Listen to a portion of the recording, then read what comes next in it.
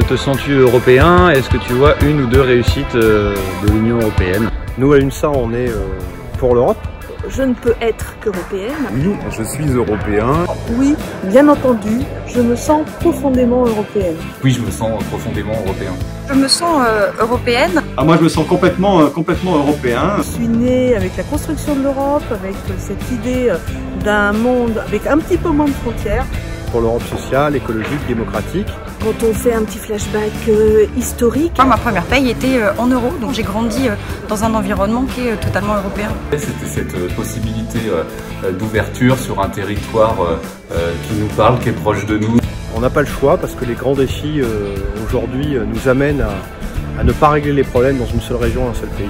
Au niveau européen, on est aussi plus fort et plus libre ensemble. Les questions de développement durable et des questions environnementales ne peuvent plus être traitées au seul niveau des États.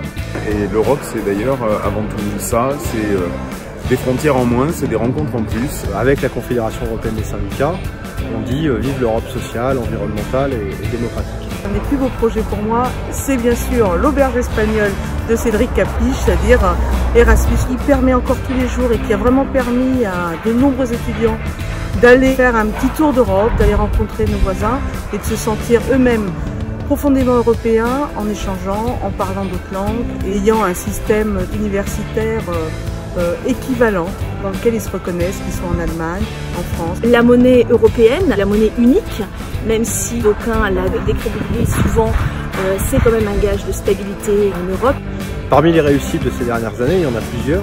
Il y en a une qui a été assez importante il y a une dizaine d'années et qui continue à produire ses effets. C'est la mise en place d'un socle des droits fondamentaux, ce qui permet d'avoir un patrimoine commun qui ne soit pas un patrimoine uniquement économique, mais bien un patrimoine pour les travailleuses et les travailleurs. C'est avant tout l'Europe des femmes et des hommes qui la font. Et on l'a fait tous les jours, ou en tout cas à chaque occasion de se voir et de se rencontrer, et aussi en allant voter dans quelques jours. C'est pas forcément celle qui est la plus importante au niveau des acquis de l'Europe. On ne le sait pas forcément, c'est la suppression des frais de roaming sur nos téléphones. Ça coûte le même prix qu'on soit à Paris, à Bruxelles ou très loin en Europe de l'Est. Aujourd'hui où on a l'habitude de beaucoup voyager, et ça facilite la vie et les communications. Pour moi, la réussite de l'Europe a été l'ouverture des frontières. Cette possibilité de voyager, de se déplacer facilement. Et le deuxième point pour moi, une réussite européenne, c'est la paix, et je pense que l'Europe, ça signifie ça et que c'est important. Il faut remettre du social, de l'humain, du citoyen, de la citoyenneté, du vivre ensemble dans l'Europe, si on veut que nos compatriotes ne se replient pas mais s'ouvrent sur les autres.